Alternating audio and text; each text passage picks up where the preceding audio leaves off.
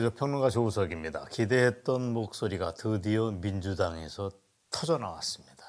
빨간당이라고 애초부터 제가 제껴뒀던 민주당에서 의미 있는 변화의 조짐이 보였습니다. 검찰 수사가 턱 밑까지 진행이 되자 당대표 이재명에게 처음으로 당신 자진 사퇴하는 게 맞다 라고 얘기한 민주당 인사가 등장했습니다.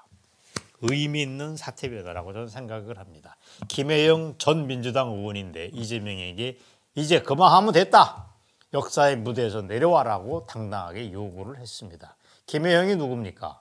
지난 20대 국회 당시에는 당의 쓴소리를 하던 민주당 소장파 출신입니다.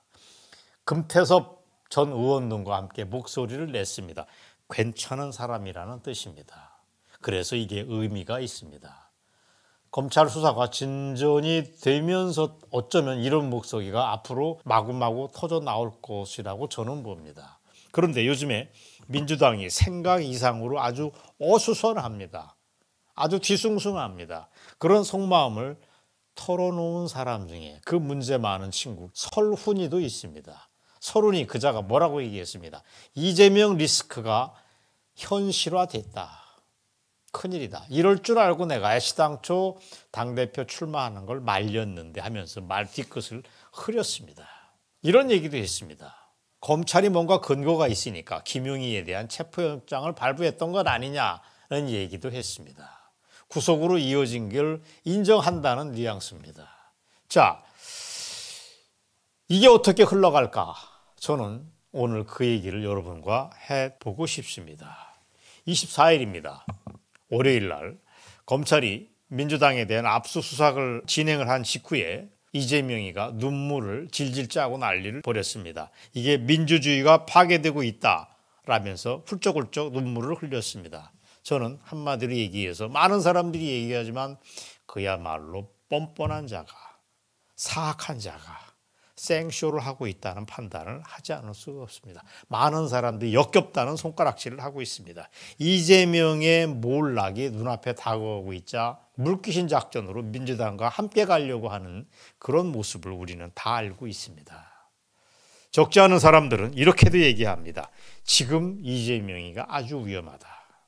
어쩌면 문재인보다 먼저 자살을 당할 수도 있다 하는 얘기까지 하는 분이 있습니다. 설득력이 있습니다. 그만큼 상황이 심각하다는 얘기입니다. 이렇게 되면 왜 이런 얘기가 나오냐면 여러분이 짐작하시는 대로입니다. 결국 이재명이가 죽으면 민주당을 살릴 수 있다. 그다음에 한 청년으로 대표되는 운동권까지 한꺼번에 죽을 수 있는데 그걸 살릴 수 있다면 이재명 하나를 자연스럽게 자살당하는 걸로 처리하는 게 쟤네들이 흔히 봐오던 수법이 아니냐. 이런 분석이 나올 정도로 지금 민주당과 이재명은 뒤숭숭합니다. 자, 저는 여기에서 흥미로운 걸 하나 말씀드리겠습니다. 조만간 이재명이는 당에서 쫓겨날 수 있다. 그리고 민주당은 두 조각, 세 조각으로 공중분해될 수 있다고 하는 분석을 여러분들에게 전해드리겠습니다. 예전에 거의 20년 전에 열린 우리당의 운명을 여러분들이 또 한 번 보실 수 있는 앵콜쇼를 보실 수 있는 그런 계기가 마련될 수 있다고 봅니다. 열린 우리당 얘기를 말씀드리겠습니다. 2004년도입니다. 그때 4월 달 총선에서 그러니까 노무현 정부 출범 1년 직후의 총선에서 엄청난 거대 여당으로 우뚝 섰습니다. 무려 152석이었습니다. 하지만 노무현 이게 별게 아닙니다. 노무현 지지율이 바닥을 헤매는 정권 말기에는 상황이 완전히 반전됐습니다.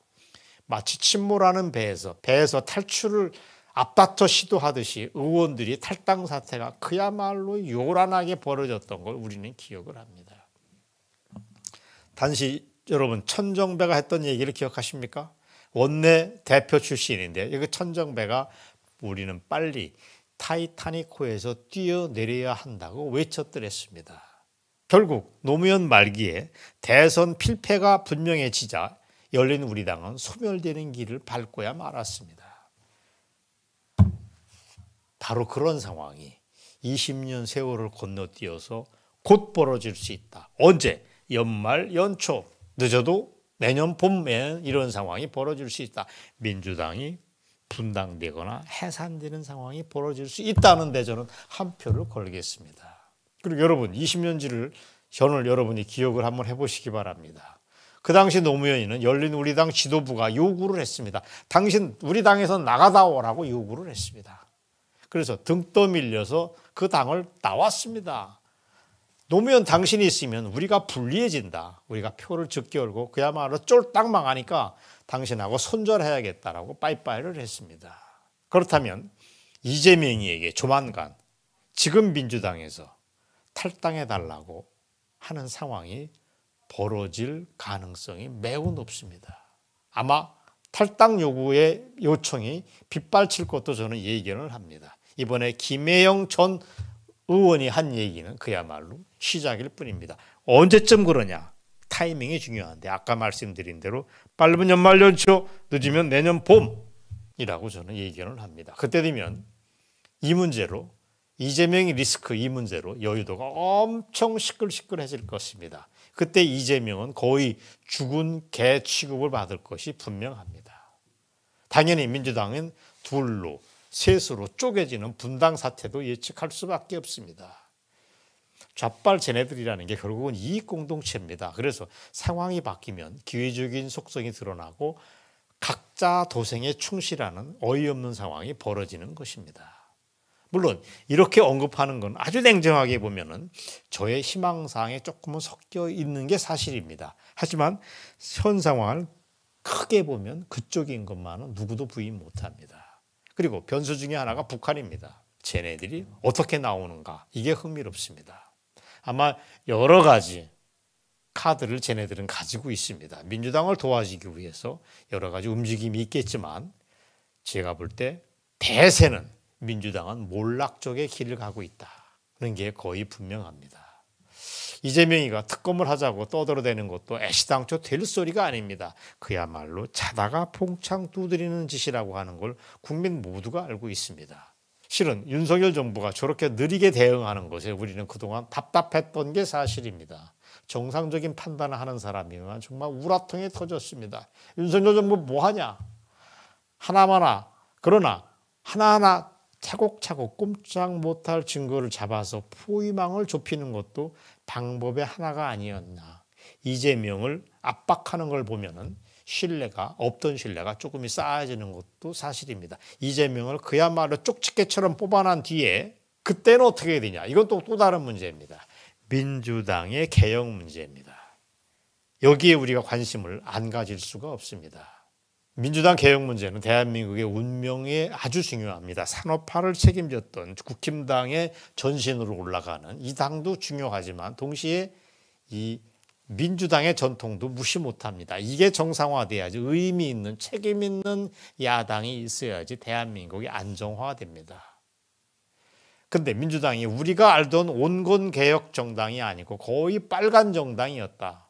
이걸 바꿔줘야 된다. 이 DNA를 바꿔줘야 된다. 정상화해야 된다고 하는 게 자유파 사람들이 여전히 관심을 가져야 된다고 봅니다.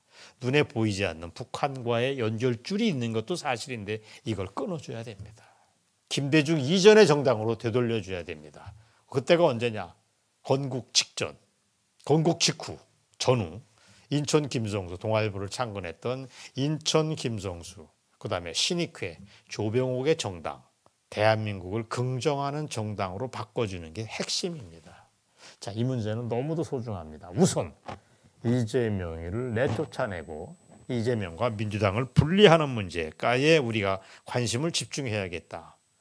이게 대한민국 정상화에 중요하다는 문제 제기를 하면서 이 큰 덩어리는 다음에 여러분들에게 자세히 말씀을 드리겠다는 약속을 드리겠습니다. 오늘 준비한 방송은 여기까지입니다.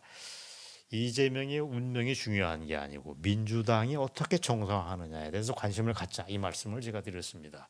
여러분 경청해 주셔서 감사합니다.